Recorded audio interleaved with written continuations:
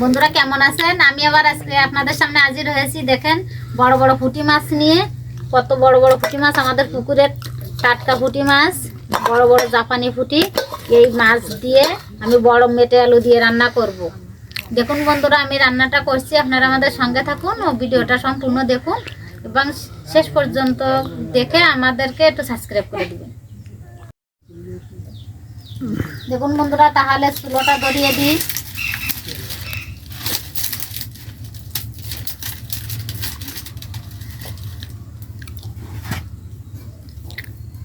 কড়াইটা চাপিয়ে দিলাম। এবার কড়াইটা গরম হলে আমি তেল দিব।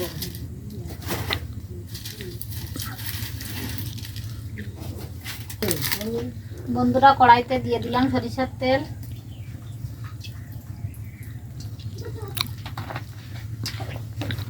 এবার আমি মাছে লবণ হলুদ মাখিয়ে নিব। তেলটা গরম হতে হতে পরিমাণ মতো লবণ, হলুদের গুঁড়া দিয়ে সুন্দর করে মাখিয়ে নিব।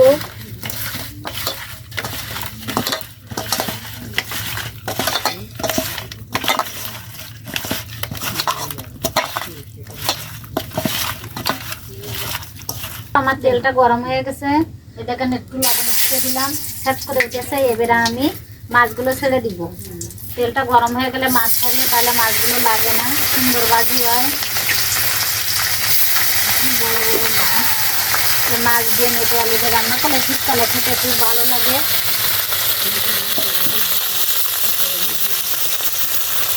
মাছগুলো লাল লাল করে একটু চপিট করে ভেজে নেব।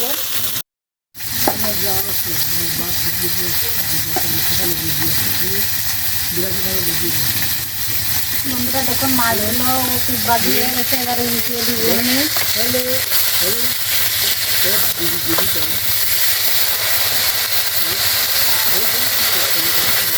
দেখুন কি সুন্দর লাল লাল হয়ে গেছে মাছগুলো। এরকম সুন্দর লাল লাল করে ভেজে নেব।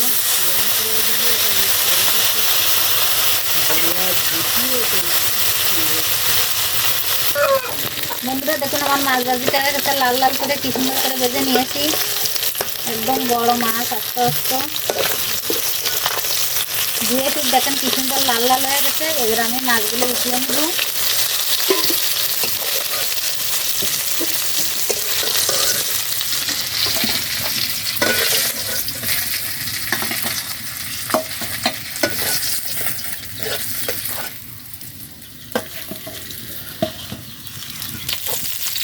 দেখুন বন্ধুরা, আমার মাছগুলো সব ভাজি করা হয়ে গেছে। এবার উঠিয়ে নিচ্ছি।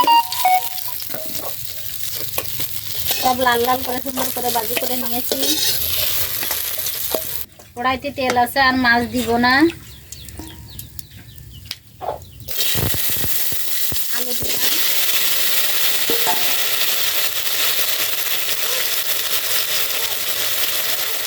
দিলাম, পরিমাণ মতো লবণ দিয়ে নাড়িয়ে চাড়িয়ে আলুগুলো সুন্দর করে কষিয়ে নেব। কিছুক্ষণ কষিয়ে নিব নাড়িয়ে চাড়িয়ে, তারপরে জল দিয়ে দিব। আলুগুলো কষিয়ে নিলে এই মেটে আলুর যেমন লাল নালা নালা হয়, এই নালাটা থাকে না। আলুটা তেলে কষিয়ে নিলে সুন্দর করে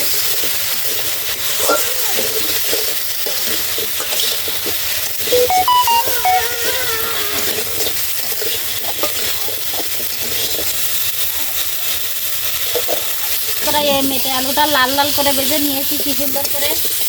এবার জল দিয়ে দিব। আলু এরকম সুন্দর করে ভাজি করে নিলে আর আলুতে নাল নাল হয় না, আলুর তরকারিটা ভালো লাগে খেতে।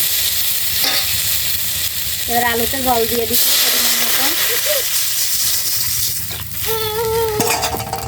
আলুটা সিদ্ধ হওয়ার জন্য একটু জল তো লাগবে, সেই পরিমাণে জল দিলাম।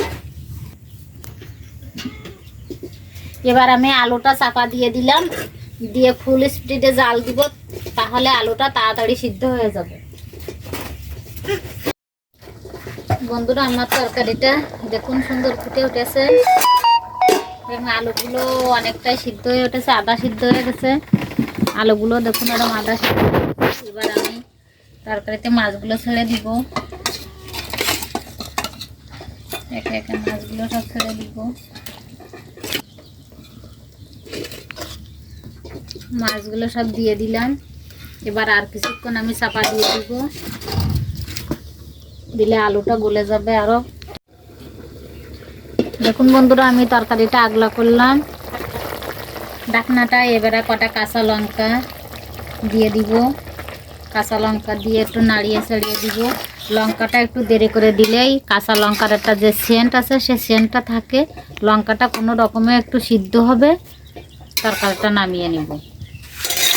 আর দেখুন অল্প একটু কাঁচা জিরে, গোটা জিরা বেটে রেখেছিলাম, সেই বাটাটাই দিয়ে দিব আলুর তরকারিতে। আর মাত্র 2 মিনিট জাল দিব ঢাকা দিয়ে, তাহলে আমার তরকারিটা হয়ে যাবে। আমি নামিয়ে নিব। তরকারিটা রেডি হয়ে গেছে, আমি এবার নামিয়ে নিব। দেখুন এই কাঁচা ঝালটা আদা জাল হলে তাই দিয়েছিলাম, সবুজ একদম সবুজ কালার থেকে গেছে কাঁচা ঝালটা। আর একটু স্বাদের জন্য অল্প একটু গোটা জিরা বাটা দিয়েছিলাম, কিন্তু আপনারা এর সঙ্গে অ্যাড করতে পারেন ধনে পাতাটাও, তাহলে আরও ভালো লাগবে খেতে।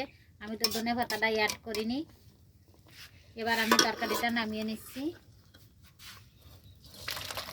দেখুন কি সুন্দর কালার এসছে আলুর তরকারির। আর ঝালগুলো সবুজ সবুজ আছে, ঝালের সেন্টটাও থাকবে, আবার জিরের বাটার সেন্টটাও লাগবে, তাহলে খেতে ভালো লাগবে।